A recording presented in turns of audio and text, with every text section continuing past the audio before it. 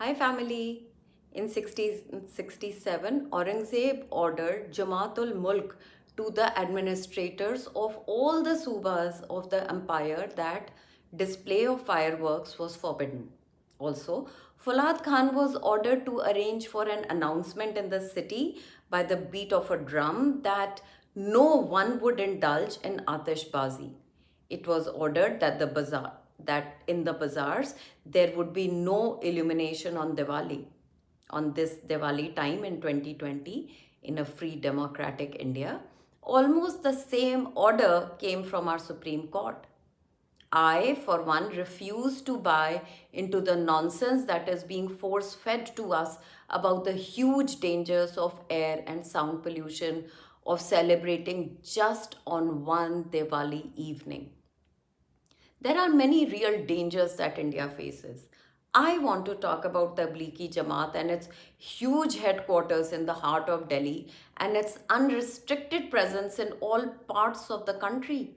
As per disclosures of Guantanamo Bay detainees released by WikiLeaks, Al Qaeda operatives use a New Delhi based organization, Tablighi Jamaat, as a cover. Furthermore, say the papers that hardcore inmates at the prison had stayed at this organization's facilities in Delhi and around in India. Quote, affiliation with Jamaat Tabligh has been identified as an Al Qaeda cover story. Al Qaeda used the Jamaat Tabligh to facilitate travel documents, shelter, and fund the international travels of its members. The Jamaat Tabligh has been linked to 11 July 2006 bombing terrorist attacks in Mumbai, India, in which at least 207 people were killed and over 800 were injured. Again, this is as per WikiLeaks. We saw their brazen presence during the COVID. So, what is being done to keep us all safe from the alleged terrorism nurturing Tablighi Jamaat? The government must have banned them, right? No. The Supreme Court must have. No. Any special measures to keep a strict eye on the goings on of the Tablighi Jamaat? Not that I'm aware of. And let's talk about the air pollution due to the stubble burning which is an annual problem, right? So naturally, these being COVID times, the government and the Supreme Court must have shown foresight and come up with a plan to ensure that this pollution is avoided, right? No. But hey, let's ban the fireworks and the crackers that the Hindus indulge in on one evening of the year. Please remember that the most vicious attack on Hinduism is by the soul harvesters or the psychotic conversion mafia. The church has enormous funds, people in power positions to do their bidding, and a very well planned strategy. The same reason why Aurangzeb banned the celebration of Diwali in an indirect manner may be the reason here too, to disconnect Hindus from their spiritual celebrations and eventually disconnect from the faith that will render them vulnerable enough for the conversion mafia to prey upon. The Chief Minister of Tamil Nadu, Edappadi K.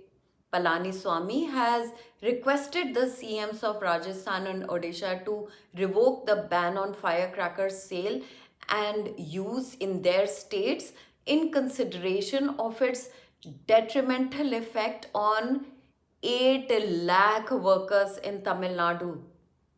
So, this Diwali, straight away, darkness would descend in the homes of 8 lakh poor artisans who are indeed already deep in poverty and suffering through tough COVID times.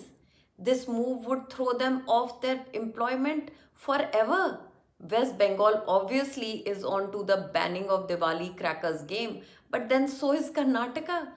Now the lakhs of craftsmen and women are weak and defenseless and ready for the soul harvesting vultures to swoop in with their rice bags. The Odisha government has banned crackers at the last minute and is already in destruction mode. It has seemingly destroyed diya processing kilns, citing some mumbo jumbo of National Green Tribunal order.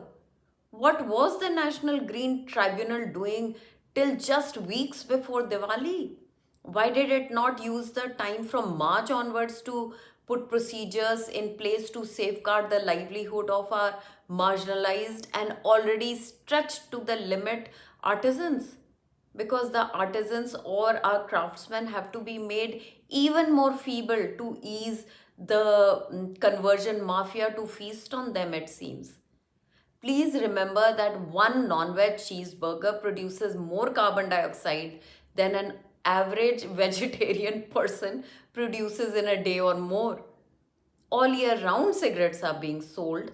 Health hazard chips, wafers, etc. are being sold in plastic bags, which we see strewn all over the place. We Hindus are already so vulnerable with our faith and traditions. The auspicious swastika yantra that since times immemorial is believed to bring happiness and prosperity is banned in almost the whole of the world. You cannot carry it through airport security, and if it's scanned in your luggage, it will be confiscated and you will have to go through a very strict security check. This is how sacred symbols of Hinduism are decimated. I think that the construction of Bhagwan Ram temple at Ayodhya is giving the conversion mafia heebie-jeebies, and they have stepped up their onslaught. This banning of firecrackers is not acceptable because it puts additional pressure on our traditional crafts people's survival. These weak sections of society should have been given enough time and assistance by the state governments to shift to a green product that they could sell now. And as for Hindus, we are more or less responsible people. We are well aware that firecracker smoke can stress the family members who have pre existing respiratory conditions. The government's job is to create awareness and understanding of the use of crackers in COVID times. Unlike the Dara Hua community who thronged the markets for weeks when India was grappling with the first phase of lockdown, we take responsibility for our actions. We have worked hard for Indian democracy and have no patience for dictatorial bans on our special celebrations, especially in such testing times. What are your thoughts on the arbitrary ban on Diwali fireworks? Please share. Good night, and I will see you tomorrow.